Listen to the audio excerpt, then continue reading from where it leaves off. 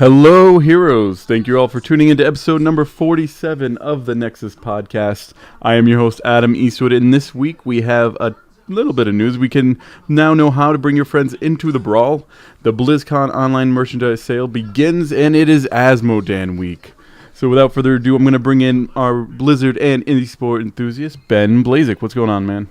Hey, how's it going, guys? Good evening, everybody. Anybody in the chat room, well, welcome to join us tonight. Anybody who's not, we wish you were here, but you'll be listening to us soon. And we have the amazing Joshua Williams. Hey, fellas. I hope everyone had a wonderful week. Looking forward to much Heroes play this week and myself. Oh, yeah. Awesome week. First full week of the technical alpha being back up. So it wasn't just like a short week of like 4 days. It was a full 7 days. So, Ben, what have you been up to this week in terms of your gaming? Well, the first thing that I'm going to say is, Josh, that was rude, because there might be a lady somewhere in the world listening to this show. Well, hello, ladies. All right. So, anyways, and now they're not listening anymore. Nope, exactly. Like, turn off. It's done. So I've been playing Heroes and SWTOR, and just kind of chilling. Had some work stuff going on, some personal stuff going on. So I've been bouncing back and forth between the two, and kind of a light week in gaming for myself. But my girlfriend is out of town this weekend, attending a wedding in another state, so I will pretty much be on my computer until late Sunday night. So yeah, I'll play catch up. Yeah, that tends to be when my wife and daughter are away, like they were on vacation twice over the summer. I pretty much stuck to the computer when I wasn't at work. I think that's a common thing in today's society with us guys. Josh, what have you been playing? I did the new stuff with World of Warcraft that they added that. But when I wasn't playing that, I was playing Heroes of the Storm. And mixed in some games here and there, like older games in my Steam library, not for very long, but just to spice up things, to get a change of pace of different types of games. But mainly, I've been playing Heroes of the Storm and World of Warcraft.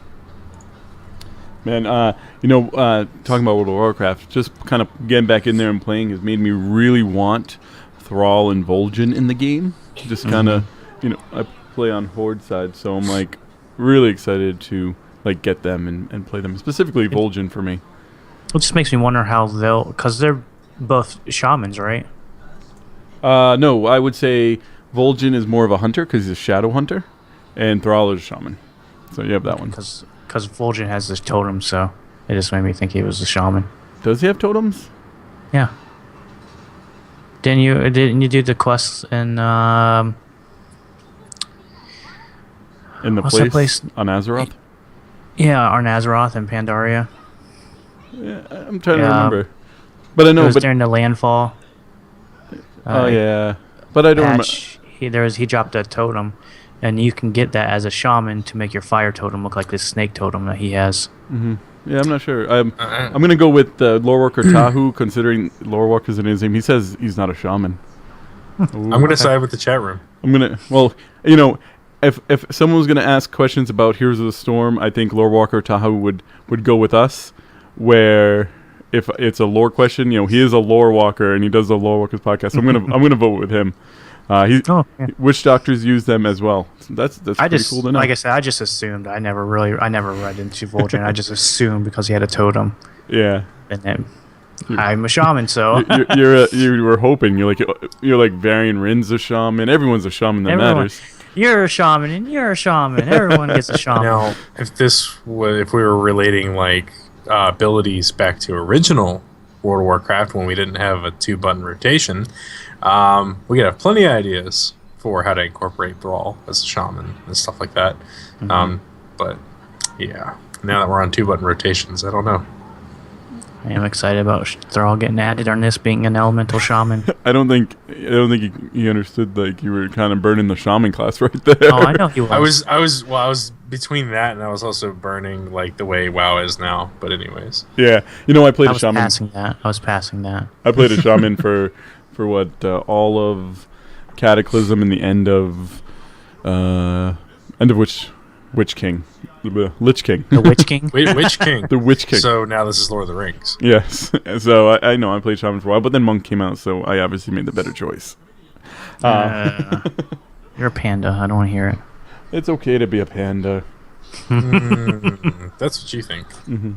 Okay, well, like we said, there's some big news this week in getting into the alpha. So the first thing is you can bring your friends to the brawl, which basically means all you have to do is head over to the Facebook page and fill out the form in the Bring Your Friends to the Brawl app, submit your Battle.net address, and 4,000 lucky players will be chosen to test Heroes of the Storm. So that's kind of like the first thing you can do, and that's... Actually, that's only if you're not in it. So Right. if you're currently not in the alpha. Yeah. You said if that's you for are, go there. So Oh. if you're not in the alpha, go there. Yeah. So I feel like we should all grab a drink because it's going to be one of those nights. We're going to be attacking each other. No, I wasn't attacking. I was I'm just making it making it clear for everyone. Yeah, so that's for the people who aren't in it, and you want a chance other than the normal way of just going and setting it as a preference. You can still do that. There's just more ways of doing it. But I feel like the second way is a lot more fun. I think it's a lot better way of doing it. Either of you guys want to explain how to do that? Go ahead, Josh. Go ahead, Josh. Okay, well, anyone who is lucky like us, who is in the alpha, all you got to do is reach level 20 in Heroes of the Storm by between October 7th and November 18th. Upon doing so, you'll be entered in a random drawing in which thousands of us will be selected to invite all of our battle tag and real ID friends to join the alpha testing. And this also, I think it says it in there, but I read it earlier. If you already hit 20, it still counts. So if you already passed that mark, it still counts. They look into the retrospect of it. So you don't have to worry about you not getting included if you've already hit 20 since then. So hit 20 if you got friends on your list that you want to get in. That's what I'm working on this weekend. There's one friend I really want to get in the alpha. So I'm hoping to get drawn for this to get my friends in there. No, I think there's a great way of doing it, because I think one of the things I saw on the forums a lot was people saying, "How can I get my friends into this game so we can play together?" And I think this is the best way to do it. Is say, you know what, if you get to 20, then all your friends get in the game. The one thing that it kind of stinks is that I feel like there are definitely people out there that I talk to in the community that I haven't battle tagged or real ID'd just because we don't play the games together, but we talk a lot about them. So it's like I wish I had added them on my battle tag at this point. I can think of like one or two people for that. So it's kind of disappointing that you can't add anybody new. So anyone that had to be friends with you before October 16th in order for them to be eligible to get into the Heroes of the Storm Technical Alpha through this this deal. So I do have a feeling, though, it says they're picking thousands.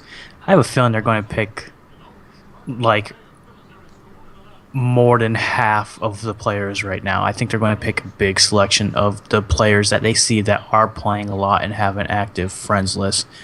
I know it says random, but I mean they can always look at that stuff.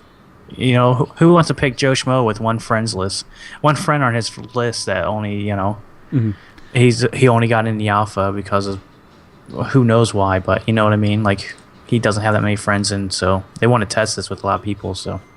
That's what I have a feeling. I could be completely wrong on that, but just a feeling I have. Yeah. The funny thing is, I don't think I'm friends with my wife on Battle.net. Anytime we've played Hearthstone, we've played Hearthstone a couple times on it, but we've always did like local match. So it was like, oh, who's close to you? So we've just done it that way, and I've never actually, I don't think, officially added her to it. Smooth. But then there are random people that have played in Hearthstone that added me, and I was like, oh, sure, that will now get into Heroes of the Storm.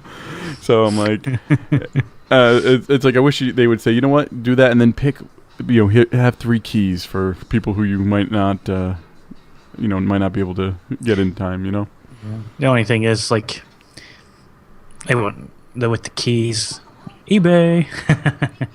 Well, let us make some money off the game. No. All they would, honestly, like all they would have to do to prevent something like that, the whole keys on eBay thing, is I don't know if this would be foolproof or not, but you could do like an authentication system where you're not like giving an actual key to somebody to type it on Code Redemption. You have to. I was trying to think of like a secondary failsafe to this, but like you have to provide Blizzard with their battle tags. Yeah. Their I was email thinking address, that even. too, but you could still be possible. Like I can tell like where you're going, that they can easily sell that slot. Yeah, I was thinking about that. I think it'd be a better way. There would be a better ideas behind safeguarding that than actually just giving keys to people. I think the whole keys thing is now becoming. It needs to become a thing of the Absolutely. past, just because we can sell them on eBay. Mhm. You know what it is? You need to do a couple things. You need to know their email address, their full name, their home address, so you only give it to friends. Not to stalk you or anything, but what's your address? That's not creepy at all. No, but I mean, if that's exactly why I would stop people Do you from have selling a it. Tinder? Do I have a Tinder? Yeah, I was Yeah. making fun. Never mind. Yeah, I know exactly what you're saying. Mm, It did not go over my head. I did You're not. too agile. we'll talk about it next week on Chart Hearts. Wow. So that, I mean, that's pretty much it. You know, so if you are friends with somebody who does play Heroes of the Storm, make sure to push them to get to level 20. You know, go in there and be like, look, just get to level 20. It's not that difficult. I think I hit level 20 yesterday.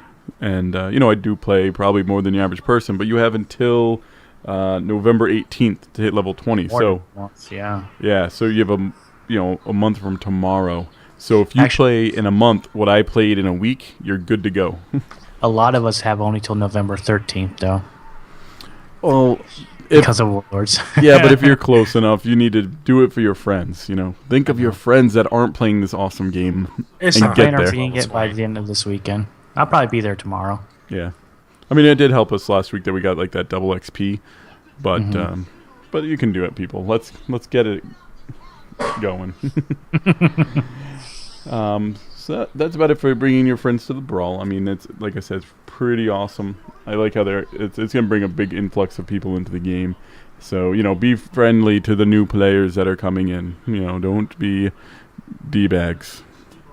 Dude, that's like awareness that we need to spread across all gaming in general. Like, it's such a nasty place now, unfortunately. Well, you know something, we are part of the Heroes of Storm community, so let's do that place first and then spread out after that. Well, I agree, absolutely. It's sad that we have to make that statement. Yes, it is kind of sad. But, you know, without all chat, we're safe. Yeah, we need that all chat. Nah, I'm all set with Yeah. all chat. Thank you I don't very think- much. I think it'll just be emotes. That's the system it seems like they're going with. Just because they did it in Hearthstone does not mean they're going to do it here. We cannot like base all of their choices and options on one game and relate it to the next. Well, one thing that I didn't realize, and we didn't really talk about this much at the show at all, was that you can actually do the emotes right now. You press Y, and then you have a little radial, and you get to pick your words. So you can say, like, thank you, and good job, and I don't know. Hello. I haven't tried it yet, but I was listening to another podcast today, and they said that only one of them works right now. Like I said, No, I haven't tried it. they- I thought it was Z, so it didn't bring it up. So I was like, okay. They all work. Believe me, I was Do bugging they? people last night with them. People were getting annoyed. I was like, if someone killed me, I would say thank you, because you can't like curse them. So I feel like if they don't give us all chat, we need to come up with a almost like a Morse code. Like if it's a thank you followed by a goodbye, it means I owned you, noob. Honestly, though, here's the thing. Like, so number one, StarCraft has all chat. All right, so it was widely known as the most competitive esport, before League of Legends took its rise, and that has it. Number one, there's no reason why this shouldn't have it. But number two, Hearthstone was also developed with the intention in mind to make it a tablet game. Okay, so you're not going to really put in a chatting feature into something where it's not as intuitive, because it would not be intuitive to do it on a tablet like it would be mouse and keyboard on a PC. So it's kind of apples and oranges right there. We can't compare them like that. All in all, they need to just release all chat and get over it. Nah, I don't want it. Give the option to want it. turn it off. Give you the option to be like, I don't want to talk to the other team. Check. That's good. An option. Isn't that already in the game? I am Needs to down be for in that. the game. Isn't it already in the game where you can mute the other team, even though you can't hear them talk anyways? I think so. I think when you bring up the tab screen, it has a little mute button still by it. Mm-hmm. Is that what you're talking about? Yeah, I'm trying to remember. I think so. I haven't looked at the other team in a while But for because the I'm not on it. people like me and Brandon, who want to get in other people's heads, release. If it was out already, I probably would be kicked out of the alpha. You guys heard me when I'm playing. Mm-hmm. Even because I saw this meme online, like it had a big pie chart, and it says the person beat me, and a little sliver said because they're better than me, and the big chunk of the pie said because of effing horse crap. And he's like, that's how they always beat me. It's not because they're better than me. Because you get kicked out of games. No. Okay, so we also saw today that the BlizzCon items are up for sale. We're gonna go over a couple of them real quick to see the ones that we like the most. I'm excited. I'm gonna have to kind of pick and choose and see, decide which ones I want. Ben, what did you like out of the new items that were available?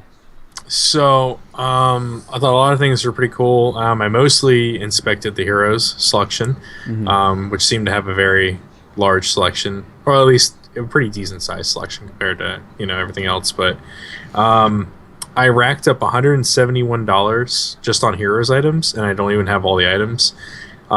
So I had every intention of submitting my order today, but I haven't because of the fact that it's $171, and I'm sitting there thinking, do I want to pay $171 on all these items right now?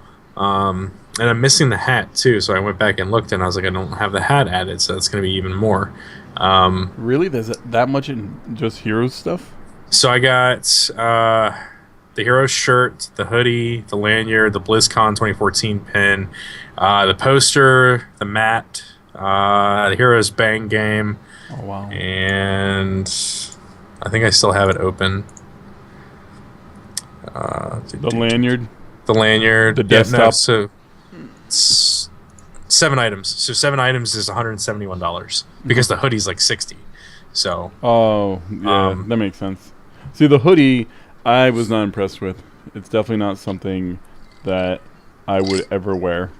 Because I'd probably wear it a little, but I wouldn't wear it to work. See, I feel like the outside is too much, and the inside I hate when they try to do that like internal jacket diamond threading. Yeah, it definitely feels like it was designed for people between the ages of like 14 and 19 that listen to like auto-tuning music and like trance dubstep and all this other crap that's not real music. So it's my opinion. But I was going to buy it just to support Heroes. Yep. Josh, you like the sweater, right? I liked it. I would never wear it reversed. I mean, I like that the hood has this designer because I have the StarCraft Hydralisk hoodie. I don't know if you guys seen it. It's brown, kind of looks like a Hydralisk armor, and then the inside of the hood has like purple material on it to look like creep. Kind of similar to that. I would never wear, like I said, I would never wear it reversed. That's too colorful for me. But I do like the little. I'm surprised they're not hexagons, but the triangles that are built into to make it kind of look like armor to me. Yo, this is an off-topic question for that. I apologize, but it's because I'm looking at the store and I see that they have the Hearthstone iPhone cases. Did something happen at Apple today? Because when I was in the town center, there was a line of people outside the town center for Apple. New iPads. I turned to my girlfriend and I said, I will give you $100 cash right now if we walk by them and you turn and say really loudly, did all of you losers try to bend your iPhone 6 and break it? But she wouldn't do it. And I was like, $100 cash. Well, they also I have an iPhone 6. Nice. They also they have the Galaxy S4 case too. It's like they don't have any of the new models phones. They don't have the 6 or the Galaxy S5, the Note 4. So Is that old? It's always one step older. Are those BlizzCon stuff you're looking at? Because for some reason, when I try to go look at the BlizzCon merchandise, it won't let me. I have to look through what's on Facebook. Yeah, Oh, really? It's on the not much. merchandise. Because Yeah. I can't bring it up. It says every time I says, Did you know, Did you put your order virtual ticket now. in there? yeah. Oh, Oh, well, I'm not logged in. right. You have to be Yeah. logged in to see it. Because this gives me yeah. a 404. So for me, I like the Diablo 3 Shadow of Diablo Deluxe action figure. I can't help it. That's nice. you I'd go. like to put it next to my Kerrigan Deluxe figure I have. Tyrael Nightlight. I kind of want to get that and put it in my daughter's room. Be like, Tyrael is watching over you. No. That'd be kind of cool. Not gonna lie, that'd be kind of cool. The pop vinyl I think are all cool. I've been looking at those for a long time now. They have 6, 7 different heroes there. Oddly enough, they're all in Heroes of the Storm. So it's like they want you to recreate matches like on your desktop, which I probably would do. And I'd be like, "This is Ben." Oh yeah. Yep. I'm trying to think. I keep looking at that hoodie, and I'm like, man, if the inside of that hoodie was just like a flat black with a Heroes logo, I wouldn't mind it. Like Why don't you get like a little kid's one and then wait for your little girl to grow into it? Do they have them in small enough sizes that she'll actually grow into it in a decent amount of time? Let me find out for you. Extra small. I'd have to log in, so you keep talking while I'm doing that. Yeah. So I mean, I like that stuff. I mean, the desktop thing, the poster, pretty cool. I kind of like the lanyard. I wouldn't mind the lanyard primarily for the fact that I'd like to have all the lanyards, and I'm already missing one, but I don't want to miss another one. Because I have the 2 from PAX East, the blue and the red one, and so it would go very well with what I already have. So it's cool that we kind of get this ahead of time. It makes sense, It'd be awesome to like go there and buy stuff you can only buy at BlizzCon, but then you have to worry about bringing stuff back with you. So you have to like make sure there's room in your luggage to store goodies. That's why I was going to carry a tactical assault bag with me, but But people might look at you the wrong way. nah, I'm stripping off all the stuff that would be odd. So that- just the stuff that would look odd. Yeah, anything that would make people's heads turn. I don't need a 120 ounce hydration pack on it. All that kind of stuff. And then actually the WoW 10-year anniversary messenger bag is pretty cool too. yes, I want that so bad. I was using a messenger bag for years until I went last year and got the Diablo 3 backpack. So now I use that, but I want that Warcraft one so bad. And it's kind of cheap compared to for a messenger bag, so it better be a decent size. Oh, it tells you down here. No, it doesn't. 17-inch laptop it can hold. Yeah, this was gonna say. I'm surprised they don't just start calling them laptop bags at this point. Like, that's what 90% of the people who go to BlizzCon would use it for. Well, they don't want to be profiling too specific because just like the whole satchel versus purse argument. Yeah, but I think how many people are messengers that use them now, in percentage-wise? So I feel like I'm being picked against. Like maybe I shouldn't buy it. I'm not a messenger. I think it might go with the fact, kind of go with what Ben was saying. You call it a laptop bag, people would be yes, that's what people use them for, but some people might not look at it just because they're like, well, I don't have a laptop. But looking at a messenger bag, they're like, well, I can put other stuff in there. They're like, those people who don't realize that a messenger bag I have and messages. a laptop bag are similar. I have You don't have any messages that I want to pass over to people. I need to be careful though, so I don't get killed while passing on these messages. Maybe we just need to be RPers at BlizzCon with messenger bags and act like emissaries or something. I don't know. You have been summoned. And you have like the BlizzCon keychain, cute but deadly keychain. So they have a lot of stuff. It's pretty cool. I'm excited.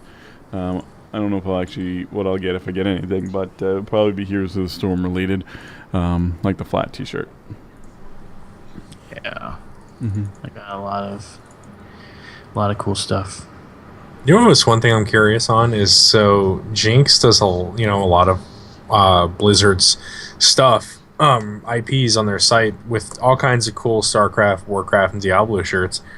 well, why is Heroes of the Storm not up there yet? Just because it's not fully released doesn't mean they don't have plenty of content they can bang out on awesome shirt ideas. I think it has to deal with marketing for Blizzard. I think Blizzard wants their hand in there first. They already have their hand in there first. I know, but I think they want to hold on to it for a while, and then give Jinx the right to do. Because Jinx has a clothing booth there as well, where you can order basically anything Blizzard related at BlizzCon. So I think Blizzard just wants to hold on to Heroes of the Storm just for themselves for a while. If that makes you know what I mean. It's you're missing out on, like, even though, like, it's not free, you're still missing out on, like, amazing marketing abilities that are, like, almost free. Oh, don't get me wrong. I want that too, because I want as much Heroes of the Storm merchandise as possible. I want my whole room. Well, that's the thing, though. You could technically get any Blizzard property, and it's like, oh, that's Heroes of the Storm related. You know what I'm saying? Yeah, but still. Yeah. And finally, there's the autograph book. So if anyone wants to come see us, we'd be willing to autograph the autograph book. I know we're kind of big deals, guys, so, we'd be more than happy to do that for you. I was surprised how well those sold last year. I saw everybody with them. Oh, really? Yeah. What is it? Like, do they have pictures of, like, Chris Metzen and Mike Morheim, and you haven't signed in the picture? They're blank pages, and they have meet and greets of, like, the Heroes team or the Diablo team, and you can have them sign it. Yeah. Meet and greet with the Nexus. It really leaves us kind of with one thing left for BlizzCon, is what's going to be in our physical goodie bags when we get there. Last year they had the cute but deadly figures, and I'm curious what's going to be in there. Yeah, those that I really want. So if you want, you can just send them over. She's annoying. What do you say? It's probably going to be those again, just newer characters. Yeah, newer characters. Because I forget what Diablo, Kerrigan, Arthas. Yeah, that's all so far. 3. So I want those 3. So I might have to go on eBay or something eventually at some point. Uther. One of them's going to be Uther. Uther, Tyrael, and Chen. I don't think that'd be the same thing. Well, it's not going to be exactly the same thing. It's going to be different. It's going to be, like, collectible at that point, because anybody who's been going to BlizzCons in a row, like, you can sit there and collect them and blah, blah, blah. You can wave your e-peen and be like, I have the full collection, guys. And then Adam can go on eBay and be like, well, I can wave my credit card. And I think they're cheap on eBay, too. Yeah, I've looked at them before. They're not. How much would you pay for one, like, max? For the box I got, I would pay $30 for it. Came with 3 figures. See, here's the thing. It depends. If they continue to make more and say we get more at BlizzCon, I feel as though that brings their price of them up in most people's minds, because now it's like a collection that you need to get. If they don't ever do any more ever again, then 20, maybe $30 at most. Gotcha. But if they do it again this year, I feel the price will skyrocket to like $60. Okay, fair enough. Just because then you're looking at it's actually a collection. It's not just one set, and that's how I think collection nerds, as myself, kind of look at things. What the weird thing is that they said that they're going to start coming out with these figures normally, and they never did. Yeah, and these 3 you were only going to be able to get these 3 at BlizzCon. These 3 figures, they're not going to release them separate. Ooh, which one did they come out with that PAX Prime? Didn't they do one? They did. I don't think of these characters, did they? No, they did Zeratul though, like the invisible Zeratul. Was it one of these? Yeah. Invisible. I'm sorry, I'm doing the search. Zeratul, because I believe that's. I think I was like really mad because they didn't give me that when I was at PAX East this year. Yes, cute but deadly. San Diego Comic-Con. Cute but deadly. Oh, Comic-Con. Okay. Yep. So, he's going for like $20, $26 on his own right now, because he's a Comic-Con exclusive. Standard Common Combos were 213 Lady Sylvanas. Oh. Like, so was there like a Sylvanas one as well, like the year before? I don't know. I hope not, because I would have to buy her. It's like the person has it for $230 for both. But anyway, so I think we'll get something like that. What was it in last year other than those? Was that pretty much it, or? Yeah. You got a giant bag with just one little thing in it. Yeah, it was a bunch of flyers and marketing stuff. Yeah. And They're like, got your here, name. go play Heroes of the Storm. We got a name badge with the lanyard on it too, which I still have hanging up over there. Mm-hmm. Which I even have the bag for BlizzCon in my closet. You still got the bag. You're saving the Yep. bag and everything, so. Oh yeah. Hey, in the words of Day 9, save everything. He's even still got his WCG player number bib. So That's Save. right. Save it. Memories. Memories. No. Anyway, so kind of moving on with the Heroes of the Storm topic this week. Let's kind of talk about, it was Asmodan's chance to be the hero this week. So, Ben, I would consider the Asmodan expert of everybody I know, as I don't think I've seen you play anyone since. Do you still feel as strongly as you did when we kind of first talked about him, or even when he was first announced? I know you were big on him. So absolutely, man. Like, I'm the team dynamics changing a little bit in our practices, at least with like the heroes that everybody else is playing. But I told everybody I was going to play Asmodan only for a little while, just to I want to get my play down really solid with him. Like I got Uther and stuff like that, and every time, I'm not going to say that the scoreboard is an EPeen measure, and I'm not trying to like be a giant EPeen measuring guy right now, but if you look at the scoreboard, every time we play, I have top damage as Asmodan, whether it's siege or hero damage. Some cases I'm doing double what our assassins are doing. I'm able to stay really engaged in team fights, and I'm also able to just be really annoying to the enemy team, like just constantly. As soon as the game starts and we go to our gates, I'm dropping the globes on the enemy turrets just to even get in that that little bit of damage. I can get in over 1,000 damage before the minion waves ever come down. His kit, I think he's not imbalanced because of the fact that he has no escape mechanics. He's slow. And his body is so huge that even his own team can body block him. And if he gets caught out of position, he's dead. He has no ability to escape. He relies on other people for that. The only thing he really has that I've been kind of using as a deterrence factor is just spawning minions and throwing them at the enemy while they're chasing me. Other than that, I have nothing to make the enemy go away. So I feel like he's very viable, and I don't feel like enough people are really kind of giving him enough credit right now.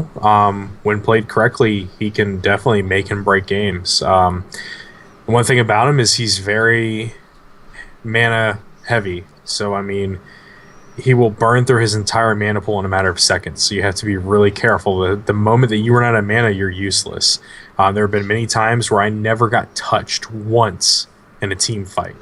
But I was completely out of mana, and I had to call off the team fight and be like, look, we need to back out because I have no mana. Otherwise, you guys are alone. Mm-hmm. So it's really all in the play style. I've been playing him very geared towards increasing my globe damage at distance, being mobile while I use All Shall Burn, and then picking up the extra minion charge, spawning a minion when my globe does damage. I take the meteor ult. Just because I don't like the other one. I feel like even though you get a couple charges of it, the lasting significance of it's too short. So, No, I'd agree. I don't really like the one that's not the meteor. It's funny. We were playing a game and we had an Asmodan, and I think this was last night when we were team practicing and you weren't there. So we're like, oh, cool. Someone played an Asmodan.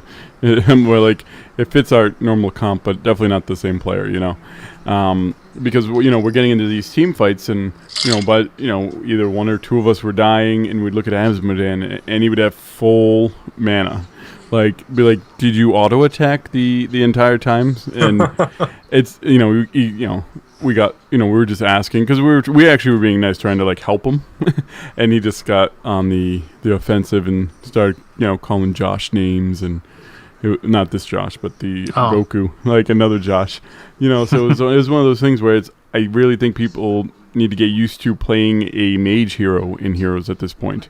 Is so used to auto attack, with Nova and Zeratul, and even to a point like Witch Doctor, like you use a lot of his abilities, but Asmon is like all abilities. So people need to learn that it's okay to run out of mana if you're going into a team fight. In fact, you're better off running out of mana and showing that you've done everything you can to win that match than to leave after 2 deaths and still have full set of mana, because it's a resource, Exactly, and to tag on with that too, like a lot of people are, they're saying he's a great pusher, which absolutely I agree. He's an amazing lane pusher. He can put in so much pressure, zone so well on top of people. But you have to think outside of the box. He's not just a lane pusher. He's incredibly viable in certain team setups and fights. He does so much damage. You cannot just leave him alone. People that were leaving me alone in team fights, I'm using All Shall Burn, and I'm picking out a target, like, let's just say, like, I know there were a couple engagements we had against, like, a Malfurion on an enemy team, and, like, Malfurion would come in, and I would throw All Shall Burn on him, and I'm following him around because I have the mobility talent for that, and nobody's paying attention to me on the enemy team, and I nuke down Malfurion by myself while you guys take out the assassins at the same time. Like, you can't leave the guy alone. He's not just a pusher. It's just all in your playstyle. You have to be able to kite, and you have to be able to kind of get positioned correctly, because you also, the downside is you are really good at body blocking your own team. Mm-hmm. So, Josh, what do you think about the week? Have you played Asmon at all or anything like that? Yeah, I was playing him actually all day.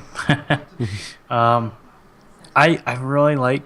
My only problem is, as Ben stated, he is easy to get stuck. I've died many times. Maybe not many times, but I've died a decent amount of times just based off getting stuck. One time, Brightwing was in my way. We were doing the Garden of Terror, and we were in a little path, and I got killed because Brightwing was standing there blocking me. But overall, I love pushing lanes with him. I was actually in a match today to where the enemy team was winning. We were winning. They had us down to our core. They pushed us down. They got our core down to, I don't know, like 50% or something like that, but we pushed them back off of it. And we got to their core, and I told the other guys to distract them, the enemy team, so they did, and I waited for my ultimate of Demonic Invasion to get ready, and I went into the bottom lane, went up and got to their core, dropped that on it, and summoned all my demons and won the match for us. Just from doing those with all his demons and all that good stuff. That was a good win on us. Dude, we had a similar scenario the other night at practice. They got our core down to 13%. And we had a full-on team fight on our core, and they left me alone, and I was popping All Shall Burn on them, and was just nuking them down, and they were keeping them off me. We got them all down but like 2 guys, and then we rushed down the center, and I was like, just keep them off me, and I pulled all my minions down on the core, and then just popped All Shall Burn on the core, and we got it when our core was at 13%. Mm-hmm. Yes. Yeah, that was Garden of Terror as well, because I remember they were running at our core with their Garden Terror. So, we had to kill the Terror, then do the team fight. No. The Terror was hitting our core as we were attacking their core. Remember, because their Terror ran away. I must have missed that. Oh yeah, he did. He did this big runaway. We killed a bunch of them, and then we went in and to finish them off. But it was like us versus the Terror. It was pretty crazy. It was like, oh my god, we're gonna beat them. It's funny, we're kind of talking stories. We found out this week that, just from my normal playing, is Azmodan is pretty nuts when you have 2 of him with Abathur's ult. The 2 of them can burn down the core in what seems like 15 or 20 seconds at like round level 21. And that's really, like, this power of Abathur is, whatever you need at the time, you're able to kind of double it. Yep. But it was so nutty because this happened too against me, so it wasn't even like I could be like, oh yeah, we did it and we won. It was like they just came in, he popped it and boom, done, and we didn't even know what happened. So you really have to keep an eye on him, and maybe some other champions you can wait a second and then back, but him you have to back as soon as he goes after your core, because he can't run away, so he's kind of an easy target when he does do like a full engage that way. But if you leave him just for a minute, you're done. I find good counters to him are like Nova and Zeratul, just because they're annoying. They're annoying for anybody, but specifically for him because he has no escape mechanic. He can't plan ahead to deal with them when he sees them coming within his range. Granted, players, I'll put Ben into this category, who are very perceptive and can see the cloak people coming. But sometimes in the middle of a big combat, you don't see it just because it gets so hectic. And next thing you know, you have Nova bursting you down. And with the new Nova, who I played a couple times today, it is nutty how good she is right now. Like, oh yeah, I'm super impressed with what they did with her. She really feels like that assassin now, like she should. Yeah. It's funny. They do the developer insights each week, and they always ask them for, some kind of like a story or something like that, cool bug. And they were talking about how with Asmodan, the original, they called it Corpse Rain, which is, what do you call it, the demonic invasion. That was the original name because it was supposed to be zombies coming down, but they didn't have the zombies in the game yet, so they were using Warcraft 3 sheep critters as the zombies that were coming down and the demons. So you basically got a bunch of like 20 sheep marching and attacking people's cores and stuff. I'm like I feel like they mention it here. It's almost like they're gonna do some kind of skin where you don't have demons falling from the sky, but you have sheep, and the sheep are gonna be attacking. What do you think of that, Ben? I think it would be hilarious. Only like what would even be better is if the sheep fell from the sky and the sheep blew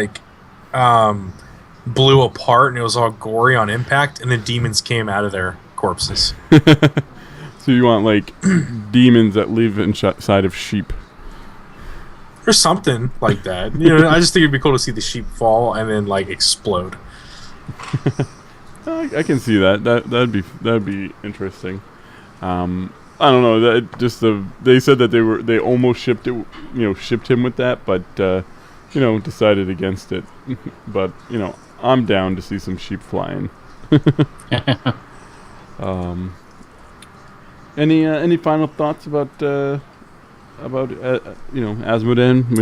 We're not gonna go too far into talents and stuff because we do have that for another week. But before we kind of call it, without going too far into the talent or the spells, like I do think his ultimates need a look at, just because I don't feel like they really do much at all. The only time they've really been vastly useful is if somebody had like a sliver of health and they were walking away from a team fight, you could intercept them with it. Other than that, I don't feel like they really do justice, especially for their cooldowns.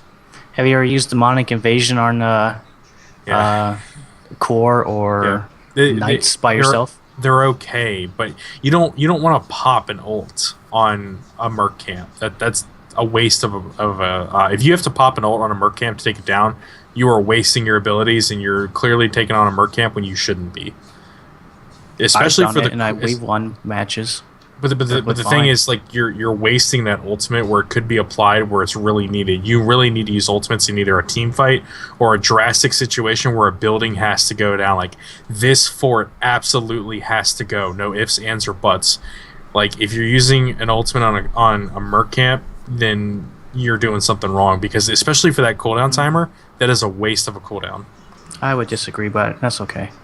From a competitive standpoint, I feel like a lot of people would side with me on that, but I would still disagree on that aspect Why, too. why would you burn an ultimate on a merc camp? Like, why are you not powerful enough to do it without it? You should be popping all your minions and popping your D, and that should be Oh, I enough right popped the there. D, all right. Yeah, I knew you were going to take it there, but you should be using all your minions and your meteor, and then all shall burn. That should clear an entire wave by itself. You should never have to pop your ultimate ever on a merc camp. I do kind of agree with Ben. Just Go because ahead. I here's- just don't know what situation. If you're like level, well, not even, I was going to say if you're level 6, but you don't have an ultimate at level 6. Like, I just don't see where you would ever have to do that. The only time I could really see doing it is, for example, say all your teammates are dead and there's a night camp up and you just want to kill it and get back and defend. I could see doing it then, just to, because you're not going to have a team fight in the near future, and it depends on your ultimate. I mean, let's talk outside of Asmodean. It depends on the cooldown. If it's a 60-second cooldown, you can use it, get back, and then when the team fights, you're good to go. But for the most part, a lot of times most heroes, except for I'd say some of the assassins, are equipped to handle full merc camps. By the time they would have their heroic. At that point, Josh is just drinking his Red Bull. No, it's worked for me. So I mean, you can play the way you do, but it's worked for me. But I see what you're saying, where you don't think that it should be. Now, Josh, did you? It should have more to it. It shouldn't be. That shouldn't be one of its main purposes for merch camps. That's what you're saying, right?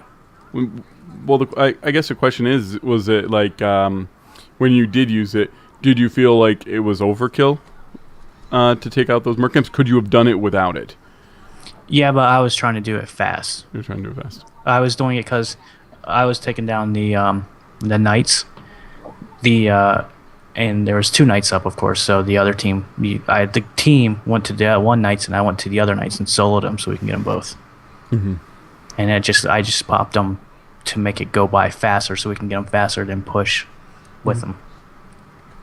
So it was just like that kind of strategy thing to it. Is why I drop them on merc camps to get it fast and so we can go and push lane with them.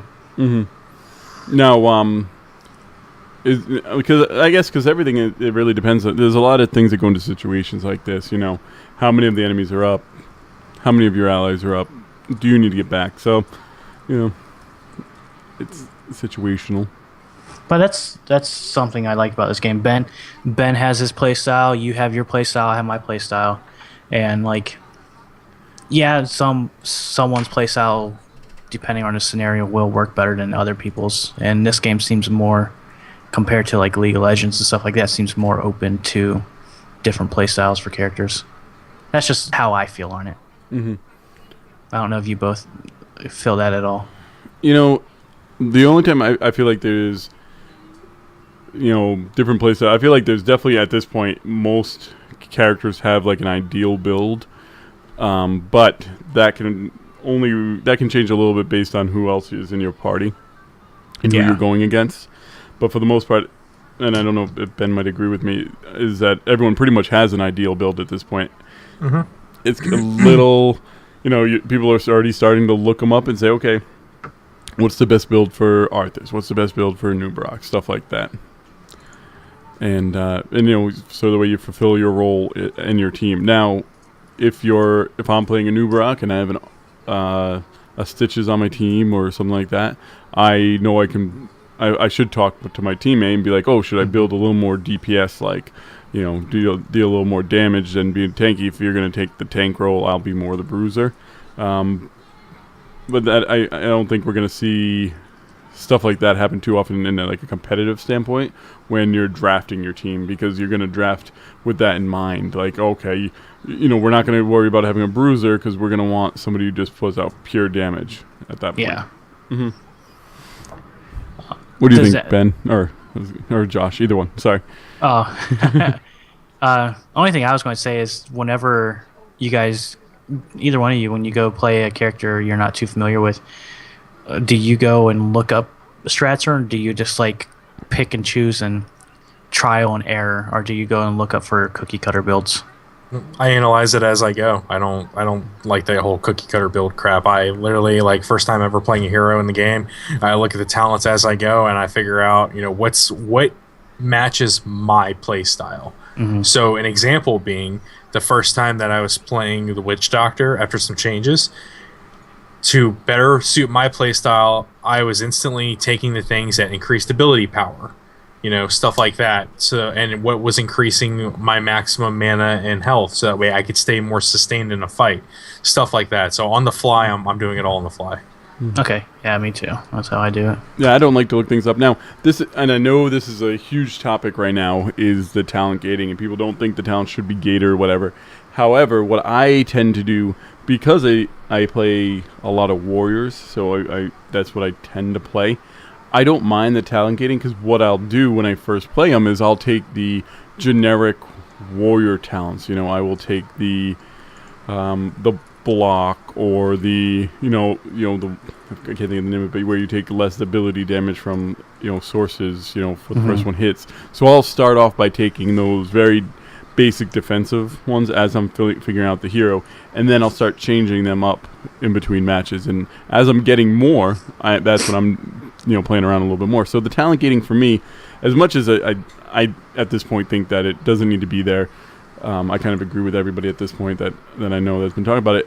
It doesn't affect me, because I'm already picking those basic ones anyways, and then making little tweaks here and there. Like I've been playing a Nubarak a lot, and at first I played him very defensive. Then I was like, okay, what happens if I switch here? So what ended up happening, like I started building up his shield, so it lasted longer, and so that way it was a bigger shield when you popped it. But then I was like, let's stop it from lasting long, because when I popped it, people were like breaking through it real quick, like a Nova or Vala. And what I did is I switched it so that way his beetles would deal more damage and they would leech, so they would heal me back. And I found that worked out better because of the different talents that I picked. So that's what I tend to do, is I'll switch one out, and if I have a worse game, then I'll switch it back and try another one to see what's really affecting me the most. Yeah, I tried that. I did that with Nova, because there was that one attack.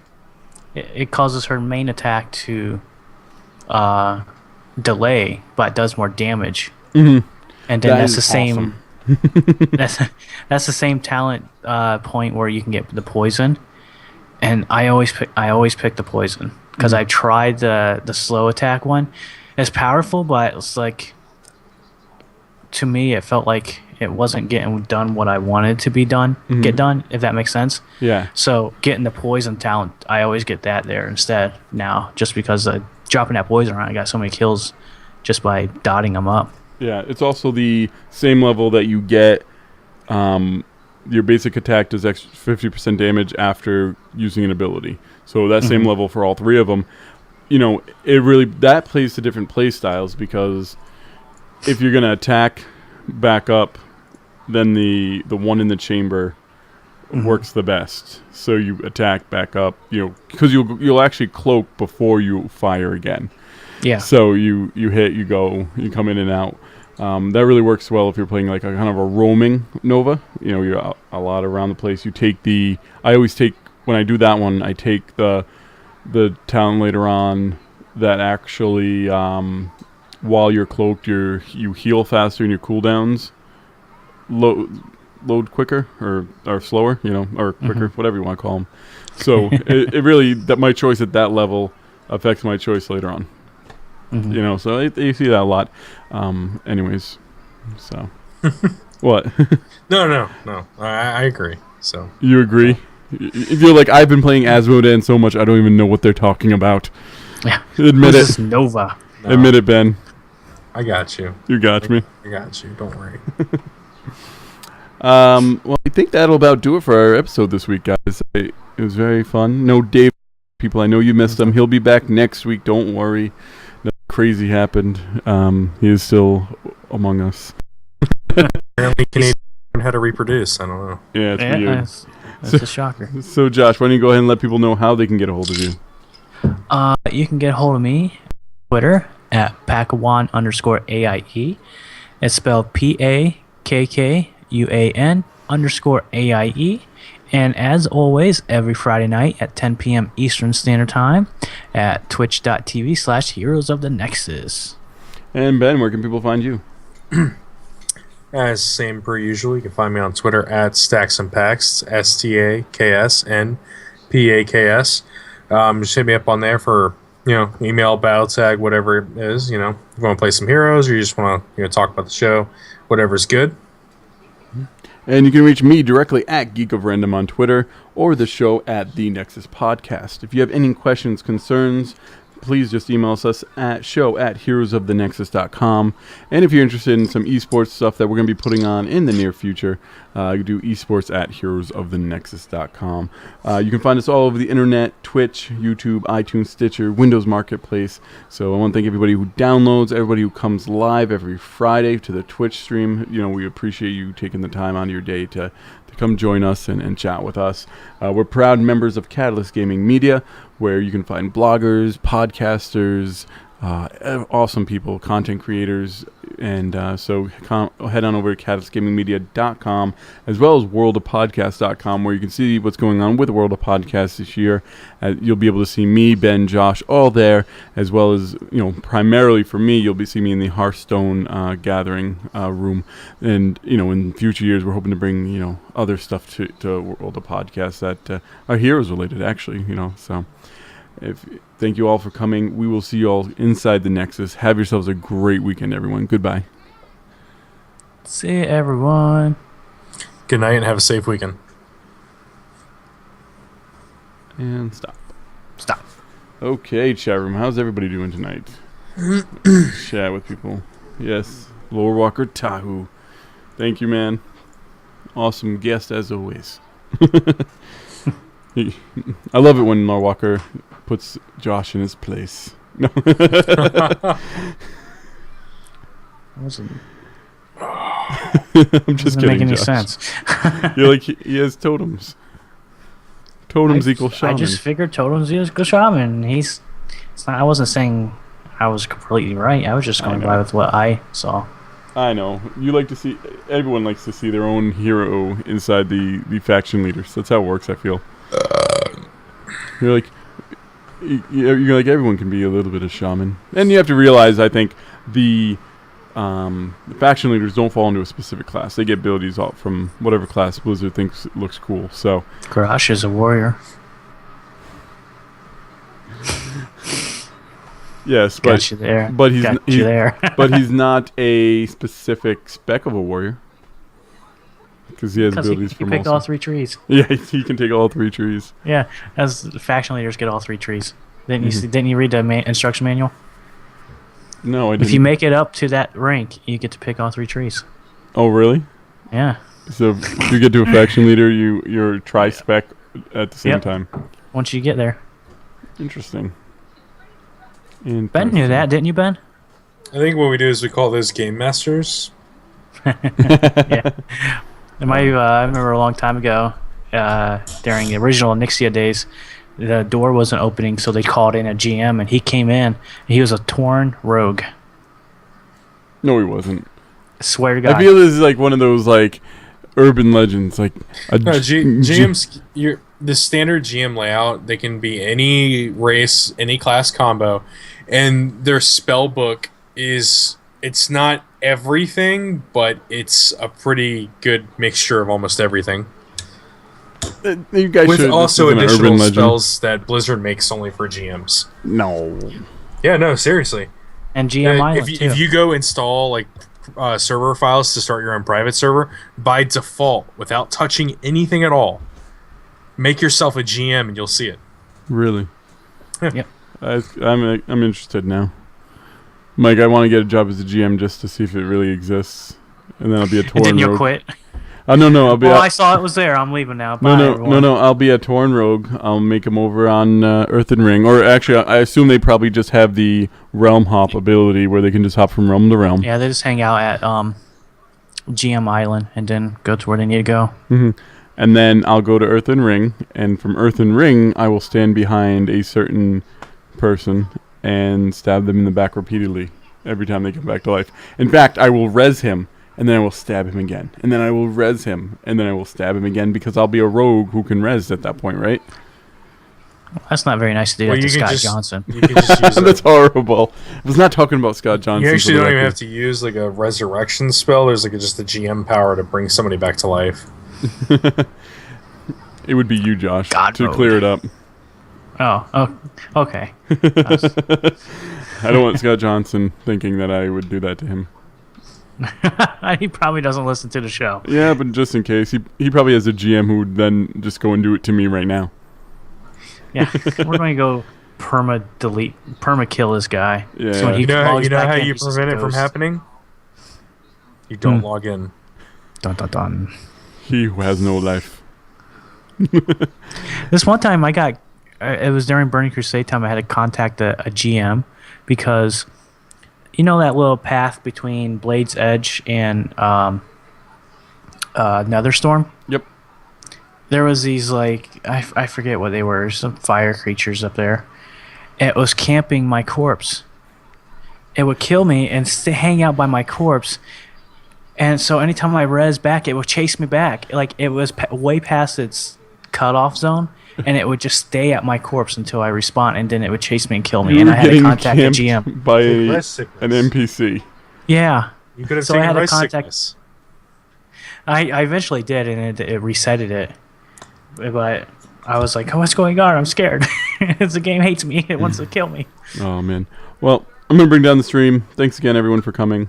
Thank you guys for showing up and being great co-hosts. I had to contact the GM one time because the Oracle quest line in Sholazar Basin was messed up for me. And he showed, he was invisible, but he was next to me. And I was sitting there waiting for him to say something about my name having the word Gooch in it. I was just waiting for it. Oh, man. Have you ever asked a GM for a joke? And I'm bringing down the stream. I don't remember.